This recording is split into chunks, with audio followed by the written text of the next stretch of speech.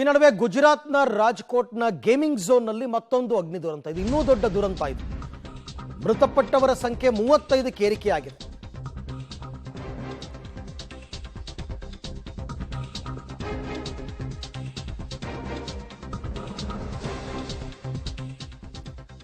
ಗುಜರಾತ್ನ ರಾಜ್ಕೋಟ್ನ gaming zone, ಆ gaming ಝೋನ್ನಲ್ಲಿ ಅಗ್ನಿ ದುರಂತ ಆಗಿತ್ತು.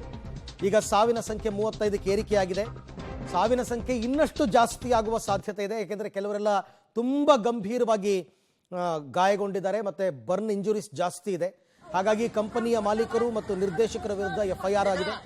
ಗೇಮ್ ಝೋನ್ನ ಮಾಲೀಕರು ಮತ್ತು ವ್ಯವಸ್ಥಾಪಕನ ಬಂಧನ ಕೂಡ ಆಗಿದೆ. 3 ಬಂಧಿಸಿ ವಿಚಾರಣೆ ನಡೆಸ್ತಾ ಇದ್ದಾರೆ ಪೊಲೀಸರು. ಇಲ್ಲಿ ದೆಹಲಿಯಲ್ಲಿ ನಡೆದಿರ್ತಕ್ಕಂಥದ್ದು ಮಕ್ಕಳ ಸಾವು. ಇಲ್ಲಿ ಮಕ್ಕಳು ಸೇರಿದಂತೆ ದೊಡ್ಡವರು ಕೂಡ ಮೃತಪಟ್ಟಿದ್ದಾರೆ. ಗೇಮಿಂಗ್ ಝೋನ್ ಅದು. ಸಮ್ಮರ್ ಹಾಲಿಡೇಸ್ ಇರುತ್ತೆ, ಪೇರೆಂಟ್ಸ್ ಎಲ್ಲ ಮಕ್ಕಳನ್ನ ಗೇಮಿಂಗ್ ಝೋನ್ ಕರ್ಕೊಂಡ್ಬಂದಿರ್ತಾರೆ, ಒಂದು ಇಡೀ ದಿನ ಆಟ ಆಡಲಿ, ಎಂಜಾಯ್ ಮಾಡಲಿ ಅಂತ. ಅಲ್ಲಿ ಶಾರ್ಟ್ ಸರ್ಕ್ಯೂಟ್ನಿಂದಾಗಿ ಅಗ್ನಿ ಅವಾಂತರಗಳು. ಬೆಂಕಿಯ ಕೆನ್ನಾಲಿಗೆಯನ್ನು ನೋಡ್ತಾ ಇದ್ದೀರಾ ಹೆಂಗೆ ಹೊತ್ತು ಉರಿತಾ ಇದೆ ಅಂತ. ಅಲ್ಲಿದ್ದವ್ರು ಎಷ್ಟೋ ಜನ ಹಂಗಂಗೆ ಇದ್ದಿದ್ದಂಗೆ ಹೆಂಗೆ ಬರ್ನ್ ಆಗ್ಬಿಟ್ಟಿದ್ದಾರೆ. ಈಗಾಗಲೇ ಅಗ್ನಿಶಾಮಕ ದಳದವರು ಬಂದು ಬೆಂಕಿಯನ್ನು ನಂದಿಸಿದ್ದಾರೆ. ಮತ್ತೆ ಈಗ ಅಲ್ಲೆಲ್ಲ ಜಾಗದಲ್ಲೆಲ್ಲ ಈಗ ತಪಾಸಣೆ ನಡೀತಾ ಇದೆ, ಹುಡುಕಾಟ ನಡೀತಾ ಇದೆ.